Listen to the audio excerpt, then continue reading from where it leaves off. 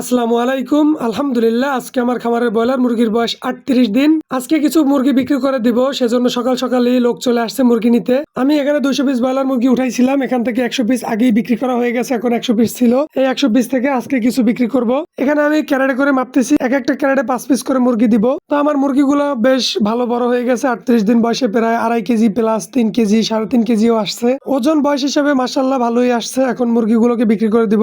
ঈদের পরে হঠাৎ করে বাজার দর কমে যায়, যার জন্য মুরগিগুলোকে রেখে দেই, কিন্তু এখন মুরগিগুলো অনেক বেশি বড় হয়ে যাইতেছে, যার জন্য আজকে কিছু মুরগি বিক্রি করে দিব। সেই ছোট্ট মুরগিগুলোকে আজকে এত বড় করতে পারছি, আল্লাহর কাছে হাজার শুকরিয়া। একদিন বয়সের বাচ্চাগুলোকে এনে লালন পালন করতে অনেক পরিশ্রম করতে হয়। এই 38 দিন মুরগিগুলোর জন্য অক্লান্ত পরিশ্রম করেছি, কিন্তু হঠাৎ করে বাজার দর কমে যাওয়ার কারণে যতটুকু লাভের আশা করছিলাম মনে হয় না ততটুকু লাভ হবে। তারপরও আল্লাহর কাছে শুকরিয়া, মুরগিগুলো সুস্থ রেখে এই পর্যন্ত এনে বিক্রি করতে পারছি। ব্যবসাকে আল্লাহ তাআলা হালাল করেছেন, ব্যবসায় লাভ লস হবে এটা নিয়ে কোনো চিন্তার কিছু নাই। আল্লাহর উপর ভরসা রেখে ব্যবসা চালিয়ে যাবো ইনশাআল্লাহ। তো আজকে সব মুরগি বিক্রি হবে না, আগামীকালকেও কিছু মুরগি বিক্রি হবে। 2-1 দিনের ভিতরে আমার সব মুরগিগুলো বিক্রি হয়ে যাবে। তারপরে আমি পুরোপুরি একটা হিসাব দেব যে আমার এক মাসে কত টাকা খরচা হলো এবং কত টাকা লাভ হলো। আশা করছি আল্লাহ তাআলা একবারে নিরাশ করবেন না। অনেক পরিশ্রম করছি, এটা আল্লাহ তাআলা কিছু হলেও এই পরিশ্রমের ফল দিবেন। ব্যবসায় লাভ লস হবে এটা নিয়ে ভেঙে পড়লে চলবে না, কিন্তু আমি পরিশ্রম করে যাব, সফলতা ইনশাআল্লাহ একদিন আসবেই। আল্লাহর উপর ভরসা রেখে ব্যবসা চালিয়ে যাব। সেই ছোট্ট একদিন বয়সের মুরগির বাচ্চাগুলোকে লালন পালন করে নিজ হাতে বড় করে এখন বিক্রি করতে গেলে আসলে মানসিক ভাবে একটু